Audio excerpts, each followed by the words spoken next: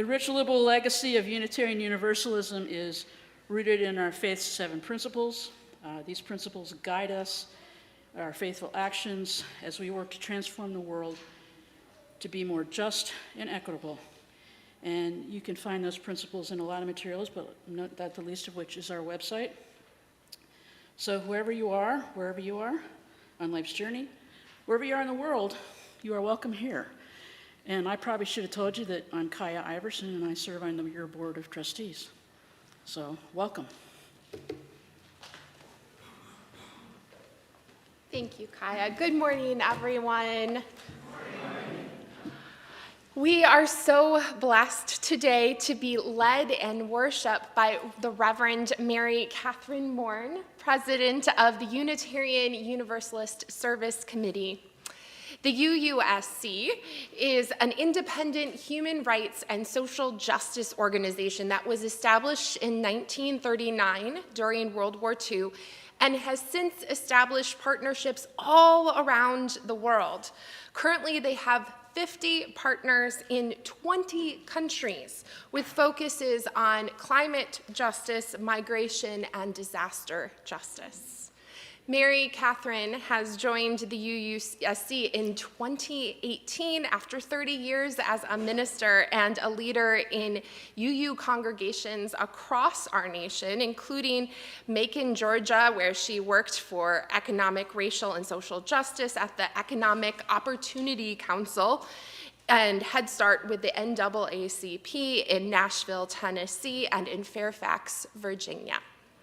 Mary Catherine has also served in volunteer leadership with the Unitarian Universalist Ministers Association and for 4 years as the Director of Stewardship and Development for the Unitarian Universalist Association. On a more personal note, members of this congregation have had strong ties with the UUSC for many, many, many years. And the work of the UUSC, led by Mary Catherine, is rooted in justice and relationships. And so I am so grateful that Mary Catherine is here today, as well as her associate, Kate, who will be in Creeves Hall after the service. So please stop by and say hi and to learn more about what the UUSC does. Please join me in giving a warm welcome to Mary Catherine and Kate.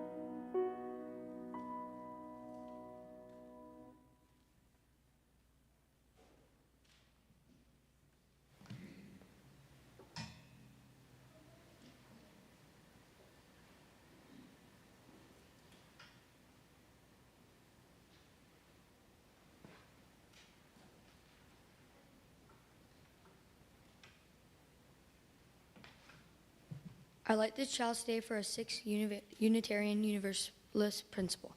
We believe in the goal of world community with peace, liberty, and justice for all.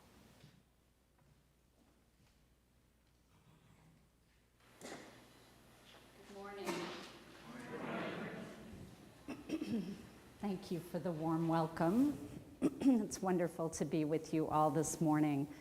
Our call to worship today comes from the poet from Colorado, Rosemary Watola Tromer. Her piece entitled, "For When People Ask." You know, those moments when people ask a seemingly simple question, "How are you?" For when people ask. I want a word that means okay and not okay. More than that, a word that means devastated and stunned by joy. I want the word that says, I feel it all at once. The heart is not like a songbird singing only one note at a time, more like a Tuvan throat singer, able to sing both a drone and simultaneously 2 or 3 harmonics above it. A sound, the Tuvans say, that gives the impression of wind swirling among rocks.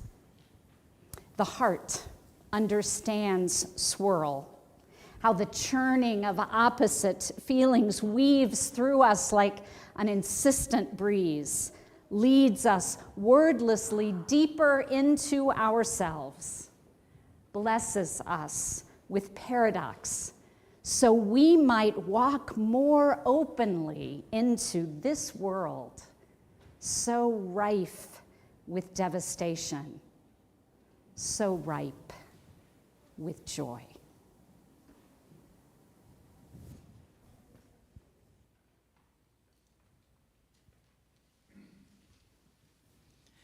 Please rise as you're willing and able and join us in hymn number 1000, Morning Has Come.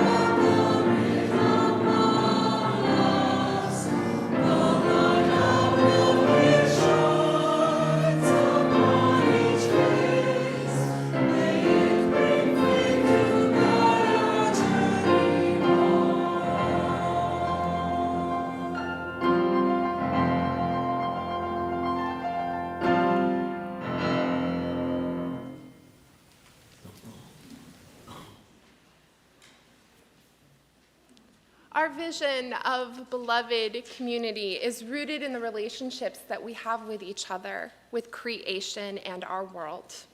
Each week we share joys and concerns with each other, and this week I only have one to be spoken aloud, and that is that our flowers were given today by Sandra Sansone Brennan.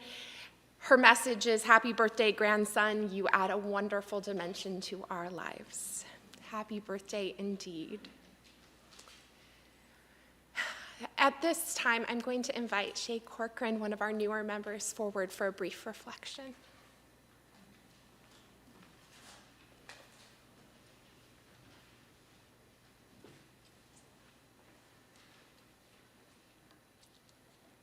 April 16th, 2007, 16 years ago today.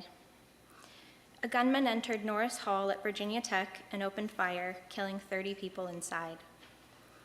One of them, a dear friend of mine, Mary. Mary was kind, intelligent, and almost never without a smile. She was amazing with children and wanted to be a teacher. Earlier that morning, Mary had sent me an instant message which read, "Don't let them take your light." This wasn't the first time she had sent that message to me. In fact, she would usually send it at the beginning of each week.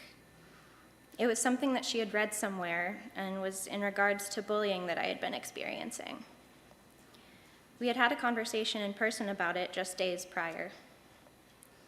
She could have told me to not let it get to me or to ignore it, but instead, she told me to feel my feelings, but not let them take my light. I shrugged it off at the time, not knowing exactly how much it would end up meaning. I didn't have time to respond to her message because I was, as usual, late for school. A friend's brother came to our school during lunch to tell us that something had happened at Mary's school. It would be a full day later before we found out exactly what. Mary's parents, like many others, drove down to the school that day to find out what was going on after not hearing from Mary. An officer told them that she could be in one of 4 places, only one of which would mean she was safe. We found out the next day that she had never left her classroom. Often in these mass shootings, people focus on the shooter, what motivated them, and what they could have been thinking or feeling. While this is important, the lives taken seem to be lost among the noise of it all. I want to pull focus back onto them and make sure that no one gets to take their light either. Mary's actual message to me may now be lost among long-forgotten technology, but the words will never leave me. Don't let them take your light. Thank you.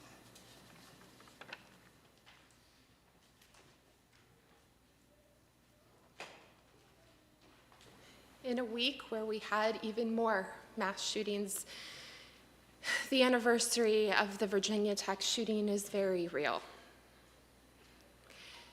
I would ask that in this next moment of silence, that we hold in our heart all of the victims of gun violence, including the perpetrators, and let us remember that only together can we heal the schism in our nation, but also our hearts can only be healed together. Not only that, but we can only bring about the legislation we need when we are in community fighting for justice. Please join me in a moment of silence.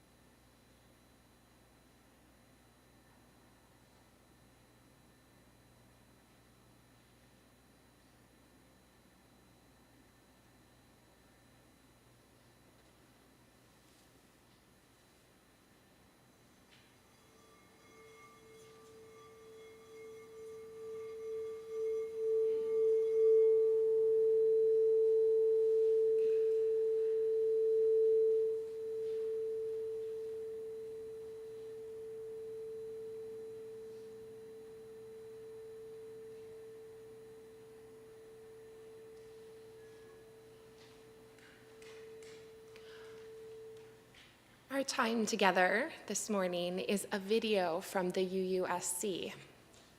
Please enjoy.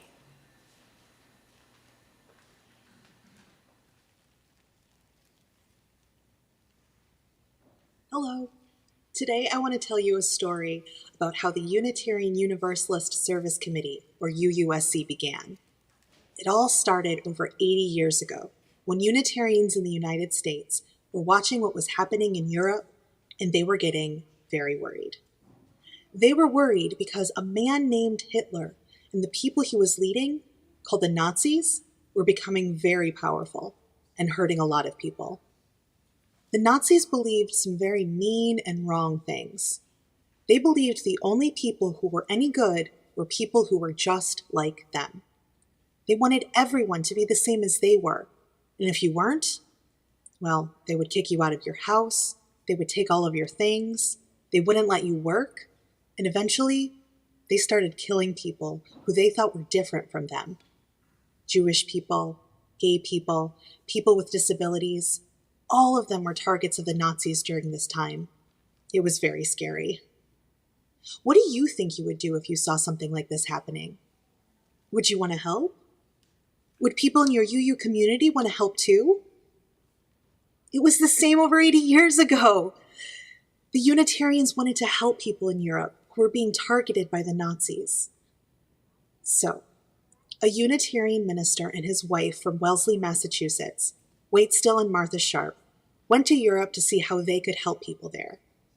They found lots of ways to help when they got there, but they had to be creative because the Nazis were always watching, and it would be dangerous if they got caught. The Sharps helped get the paperwork people needed to escape to safer places. Sometimes they would even sneak people past guards wearing disguises. They also helped people, including kids like you, get food and clothing in a time when it was very hard to find both. The Sharps were very brave, but they didn't do this work alone. They worked with people in the Jewish communities in Europe. They worked with the other Unitarians in the United States who sent them money and other supplies so more people could be helped. That is how the Unitarian Service Committee, now called UUSC, got started. Today, UUSC still works around the world to help people who are being treated badly find safety and have their human rights respected. We work with migrant communities who fled their homes in Central America and are seeking asylum in the United States. We work with Rohingya Muslims in Burma who are facing inhumane treatment and displacement by their government. We work with people around the world whose home communities are threatened by climate change, and many more. Both back then and today, UUs come together through the UU Service Committee to work with people who need it most. And we will continue to be there to help in the future, because Unitarian Universalists believe in doing what we can to make the world a better and safer place for everyone. Thank you for the ways you help us do this work. We couldn't do it without everyone joining together. Thank you for listening to this story. Please join me in singing our children to their classes.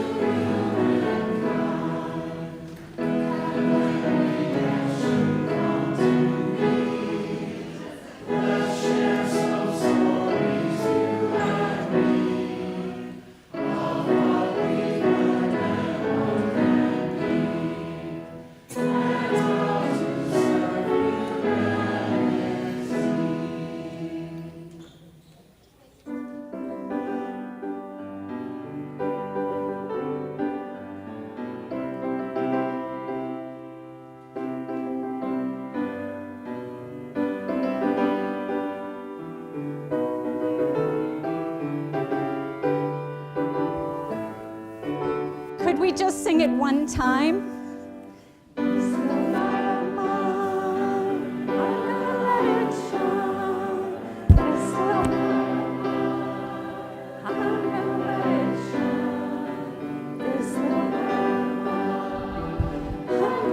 it shine, let it shine, let it shine. say thank you for the reminder and for lifting up Mary's memory for all of us.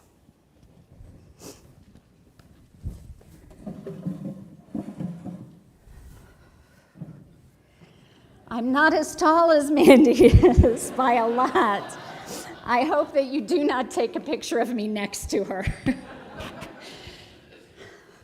Thank you so much, Mandy. Thank you so much, UUSC, not just for this morning and this warm welcome and this opportunity to be together with you in worship, but for your long-standing and deep commitment to the work of our Unitarian Universalist Service Committee.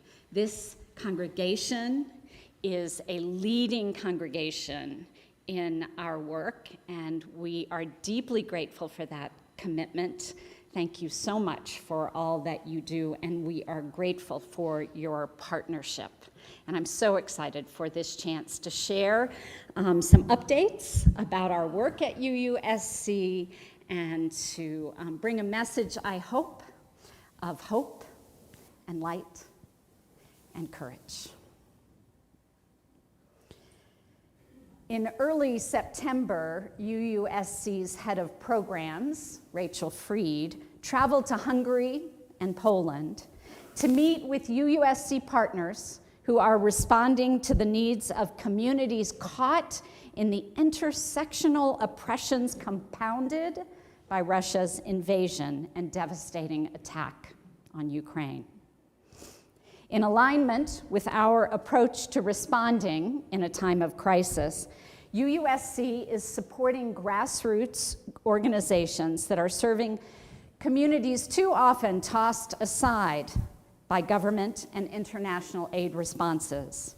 In this case, our partners include communities serving women in and from rural areas in Ukraine, LGBTQI people who face threats not only in the war, but also from the so-called humanitarian organizations, people with disabilities, and non-ethnic Ukrainian people, often brown and black, also Roma communities, who are not eligible for much of the support that is being distributed. This is what we mean at UUSC when we say intersectional oppressions, compounding conditions which create layer upon layer of disadvantage and danger and harm. Our partners in Poland and Hungary asked for support this past summer, in part, simply to provide a time of rest for feminist leaders who are facing unthinkable violence and trauma. Rachel shared on her return what an honor and joy it was for her to witness the care with which these leaders gathered together to ground themselves once more in the commitments of their activism, to rest for a time, and to connect with each other in support and love. I begin with this small picture of UUSC's work in our world in hopes that we might hold this morning in our community care in love both the unthinkable losses that are happening every single day, the devastation, and the remarkable healing and hope, the beauty that is born in courageous connection and commitment to justice. This picture, the subtext, I think, okay and not okay, devastated and stunned by joy. I also share this because it is not unlike what we do every week when we come together and gather like this in worship. Within the container of faith community, we gather to rest from the relentless, pounding, sometimes real, sometimes manufactured demands of our days. We stop just for this hour. We are saying when we do this that taking time for connection and meaning making and promise making matters. We are here together, okay and not okay. We hold one another in the midst of unthinkable losses. And we remember together the joy and the beauty and the light that is always present, even if some days only on the edge of our vision. In this way, together we find strength and courage and hope and faith for all that is possible when we are engaged together in the great work of love. Sometimes when I describe UUSC's mission, I falter a little, to tell you the truth, on the bold proposition which has been carried now for over 80 years. At UUSC, we work together with partners in the United States and around the world to dismantle systems of oppression and advance human rights for all. I give thanks for the visionaries within UUSC and around the world who will settle for nothing less in our mission. I trust that you share just as bold a mission and vision in your coming together in religious community. A vision of what is possible when we come together in the great work of love. And I really am grateful for this opportunity to weave together UUSC's story with your story here in Naperville, and to offer thanks once again on behalf of UUSC staff, our board, and our partners around the world for your financial support, which is what makes the work possible. 20% of this congregation are members. 20% of you are members of UUSC, and I hope that another 20% of you will be inspired today to join us in this vital work. At UUSC, we engage in the work of justice through what we call eye-to-eye partnership. This is an expression, a way we talk about our theory of change. It's a way of demonstrating our belief that it is in relationships of radical trust and loving connection that change becomes possible. This theory of change says a great deal about our understanding of what it means to be human, and it really points to the place of connection with our Unitarian Universalist roots. Many threads of progressive religious thought describe the importance of authentic, loving relationships. Jewish scholar Martin Buber, for one, succinctly and vividly offers a model of loving connection in his notion of I and thou relationship. Perhaps some of you are familiar with his work. It's influenced psychotherapy in some ways, but it's also a deeply held theological idea about how we are together. Buber distinguishes this I and thou connection from its opposite, objectifying and extractive relationships, what he calls I and it. When I meet you as thou, I welcome you as a subjective other, worthy and whole in your own right. When I meet you as thou, I recognize what is holy within you. When I meet you as it, I am preoccupied by what you are to me, and thereby unable to really see you at all, not to mention create and find together a loving connection. Relationship in this I and it way is instrumental. It's about what we can take from each other. It's extractive, transactional, like meeting each other as objects, something to be used. I find this distinction so helpful because let's be honest, we meet each other this way all the time, thinking mostly about ourselves, forgetting our call to healing connection.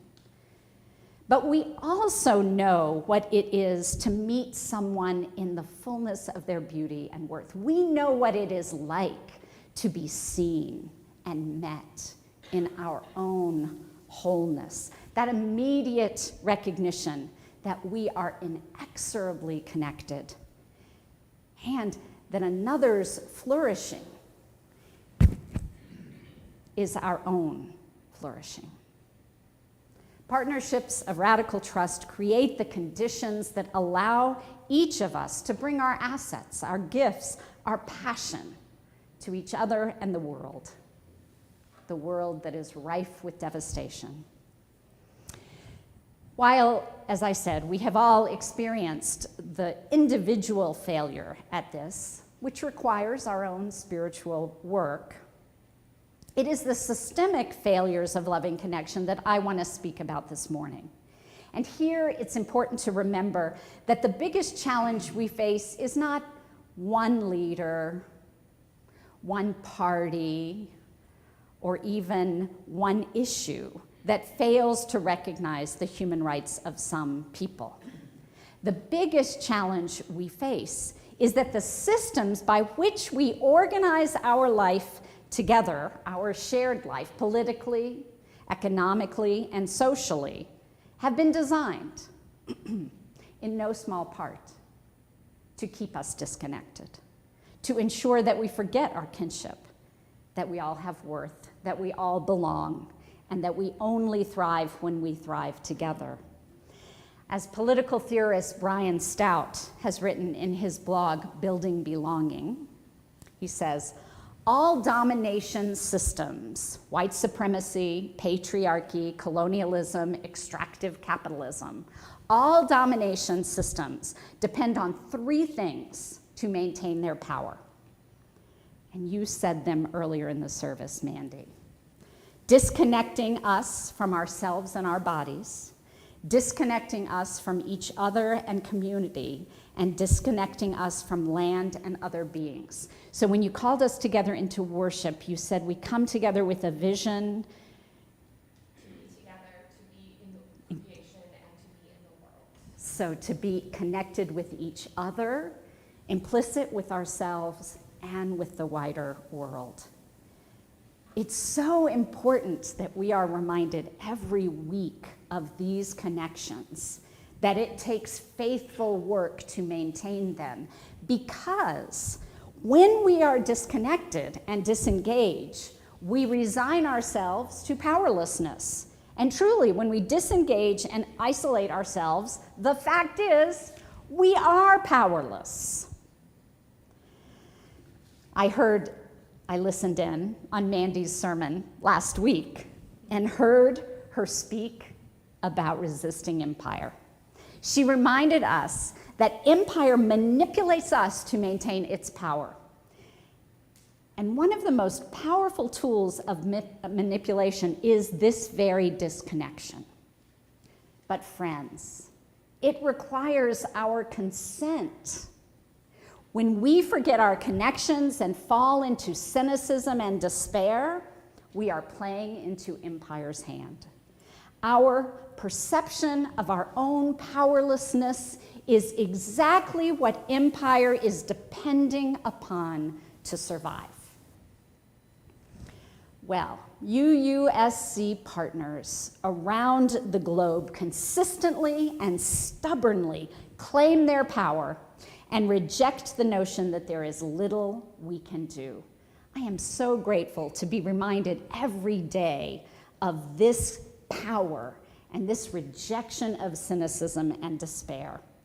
One of my favorite images of this claiming of power comes from one of our partners, Pacific Climate Warriors. This is a picture of them several years ago during the youth climate strike.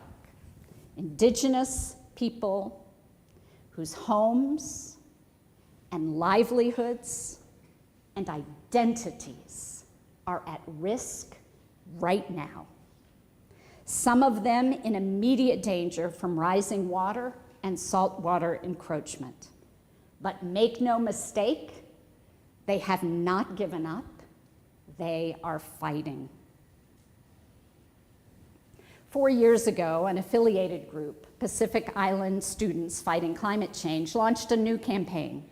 Born in a classroom conversation at a law school in Fiji, calling on the UN International Court of Justice to issue what is called an advisory opinion, ruling that the climate crisis is a human rights issue. They like to say, bringing the world's biggest problem to the world's highest court. This would be a clear statement, an advisory opinion would be a clear statement on the obligations of states under international law to protect the rights of present and future generations against the adverse effects of climate change. By emphasizing the importance and centrality of human rights, the Pacific Island students are saying we can no longer meet each other in transactional, extractive, I and it relationships. They know better than most the impact of the systems that arise out of purely transactional relationship.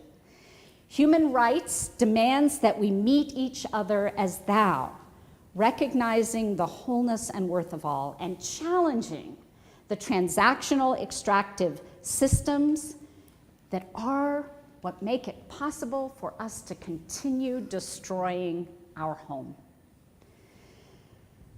Around the world, with your support, UUSC works with partners to challenge the systems that force us into extractive relationships with each other and with the planet.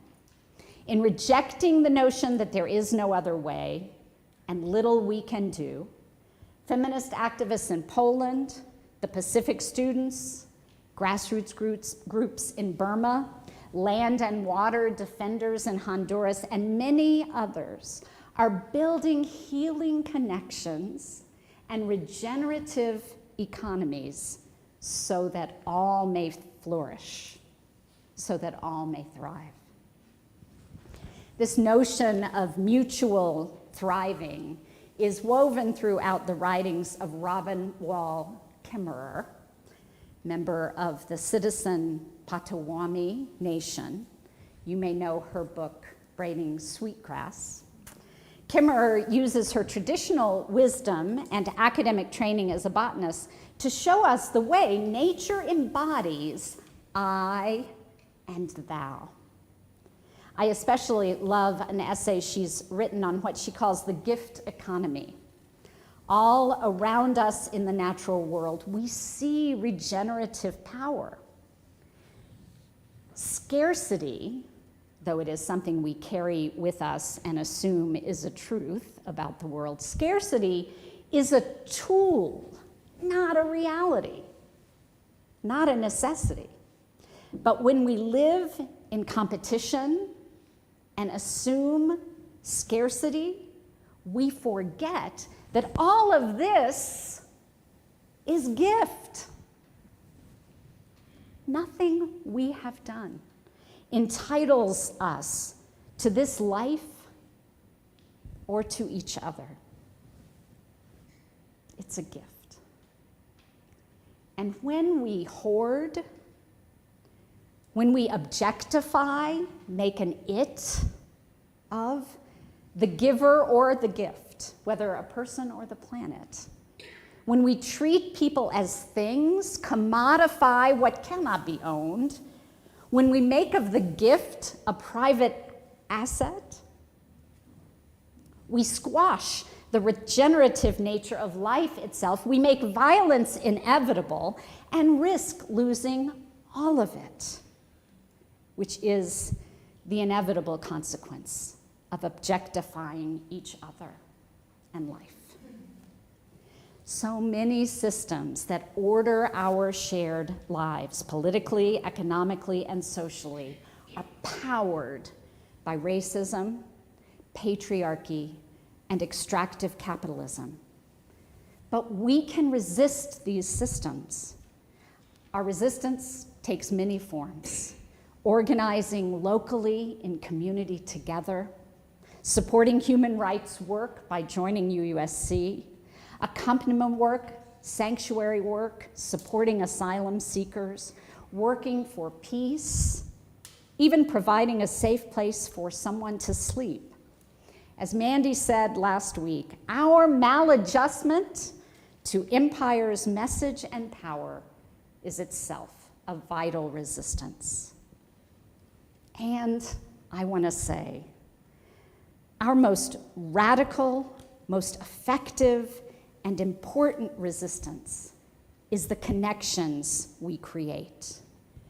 When we faithfully, persistently, and stubbornly embrace the whole and holy all around us, we won't be able to tolerate anymore the systems that oppress so many, but instead we'll be drawn together, called together to build economies and worlds of love and justice. The Pacific Island students fighting for climate change call themselves not only fighters, but also stubborn optimists. Yes, change is hard. Yes, it's hard to know how we will get there from here. Yes, it will take a long time to dismantle and to rebuild. And together, when we see each other as whole and worthy, we know that nothing but the flourishing and thriving of all is enough. And each of us has a small role to play in the great work of love. After 4 years of organizing and growing their base of support, with very early support from you and UUSC, the Pacific Island students, with the sponsorship of the Pacific nation of Vanuatu, presented their resolution to the United Nations General Assembly on March 29th. With support from over 100 nations, the resolution was passed by consensus. UUSC's Director of Advocacy, Salote Soko, was with a group in the hall that day, along with partners from the Pacific Island students. Salote told us later that she wept as the gavel was sounded and the resolution they had worked for 5 years passed, marking what we believe might be a true change in how we are held globally accountable for the impacts, the devastating impacts of climate change. Salote said she was weeping for her son and for all of our children, with hope that she hadn't felt in a great long time.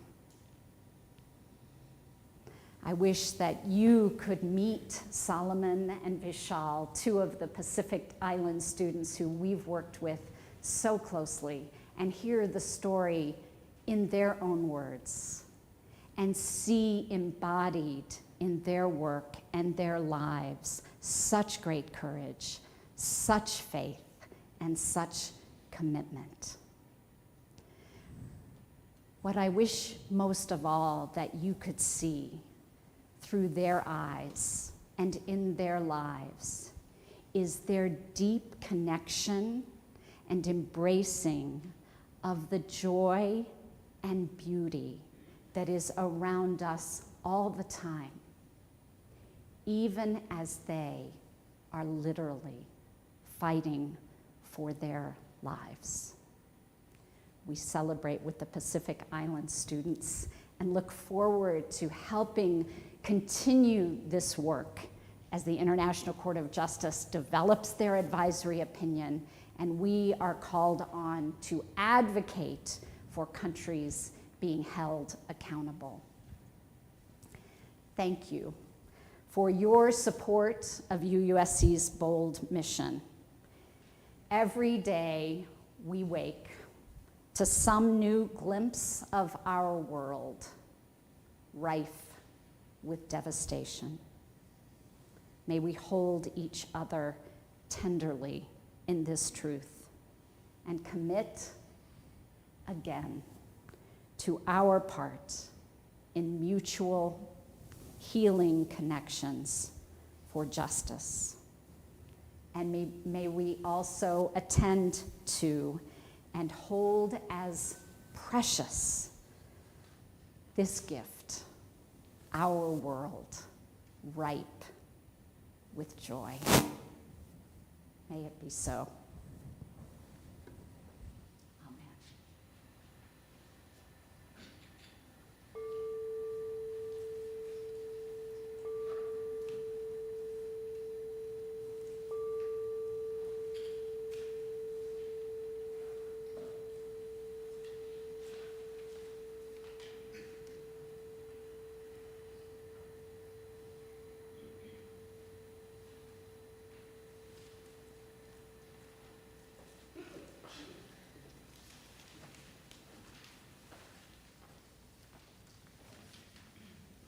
Please rise as you're willing and able and join in hymn number 396, I Know This Rose Will Open.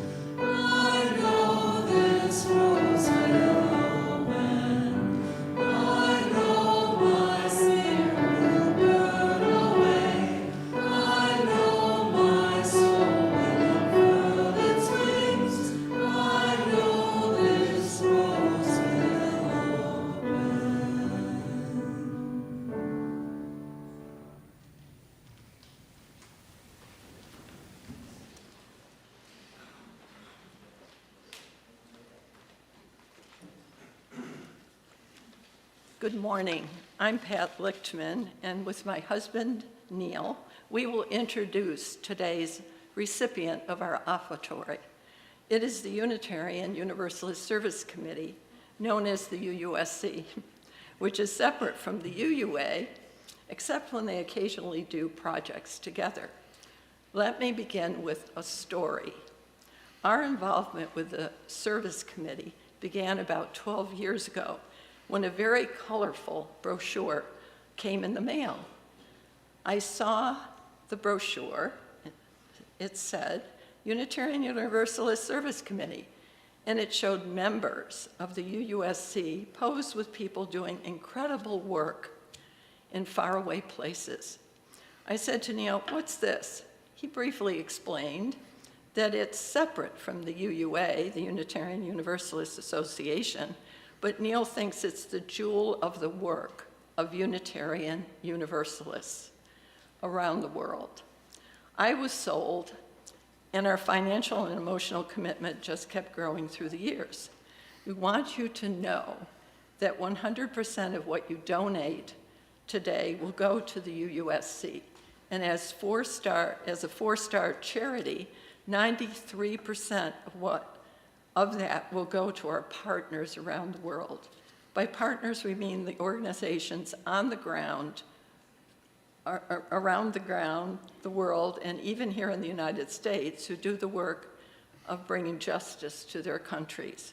The partners of the UUSC tend to be staffed by young adults. The work they do focuses mostly on human rights, especially rights for women. You've heard Mary Catherine. And the work they do is often in very dangerous environments in countries run by dictators and even drug lords like Burma, Nicaragua, Guatemala, and Honduras. The UUSC also does work in disaster relief in Haiti and in migration relief, like in Poland, helping with Ukrainians who have fled the Russian invasion.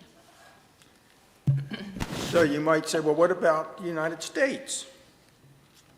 Well, the Service Committee has recently been to Louisiana to support hurricane disaster relief. Not too long ago, it made sure that African Americans in Detroit had their water turned on in the face of racist shutdowns of whole apartment complexes because a handful of tenants hadn't paid their water bills. And there are many more examples. We like that the Service Committee carefully selects each partner they engage with and allows those partners to make their own grassroots decisions about how they will deploy the gifted monies. Another thing we like is that the Service Committee finds opportunities where our donations can make a tangible difference because of the focus the Service Committee and its partners deploy on what needs to be done. We could go on and on.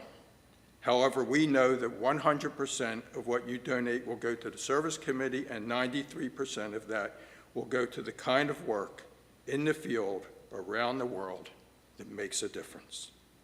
Thank you.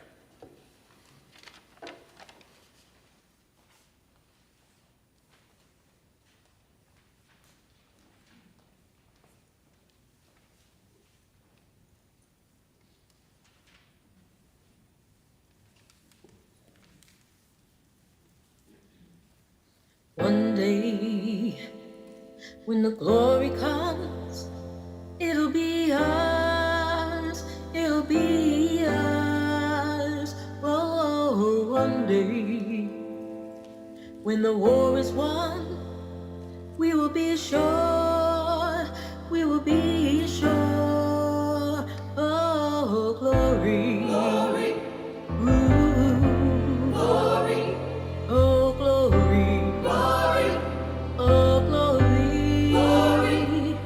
Hands to the heavens, no one, no weapon formed against, yes, glory is destined.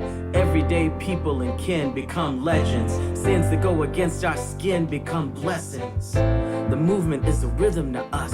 Freedom is like religion to us. Justice is juxtaposition in us. Justice for all, just ain't specific enough. One son died, his spirit is revisiting us. True and living in us. Resistance is us. That's why Rosa sat on a bus. That's why we go through America with our hands up. When we go down, we toughen ourselves up. They say stand down, and we rise up. Stop, we on the ground, the camera pan up. King pointed to the mountaintop, and we ran up. One day, when the glory comes, it'll be ours, it'll be ours. Oh, one day, when the war is won, we will be sure, we will be sure. Oh, glory, glory, ooh, glory, oh, glory, glory, glory, glory. The war is not over, victory isn't won. You'll fight on to the finish, and when it's all done, we'll cry glory, glory, oh, glory, glory, ooh, glory, oh, glory, glory. We'll cry glory, glory, oh, glory, glory, ooh, glory, oh, glory, glory. Selma is now for everyone empowered and loud. Even Jesus got his crown in front of a crowd. They marched with the torch, we gon' run with it now. Never look back, we done gone hundreds of miles. From dark roads, heroes, to become a hero. Facing the League of Justice, his power was with the people. Enemy is lethal, a king became regal. Saw the face of Jim Crow under a bald eagle. The biggest weapon is to stay peaceful. We sing, our music is the cuts that we bleed through. Somewhere in the dream we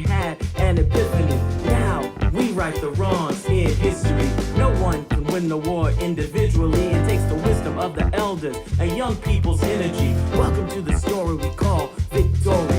The coming of the love, mine eyes have seen the glory. One day, when the glory comes, it'll be ours, it'll be ours. Oh, one day, when the war is won, we will be sure, we will be sure.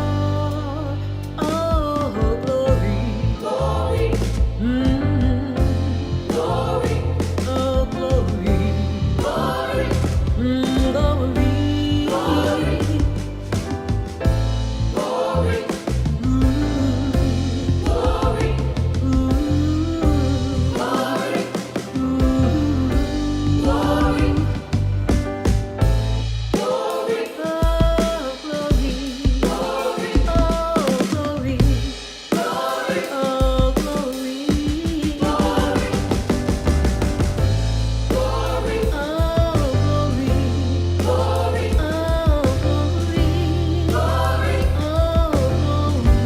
glory.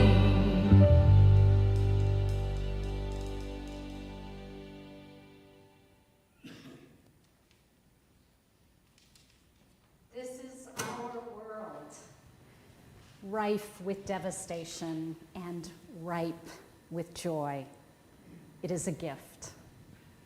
You are a gift. May our lives be a blessing.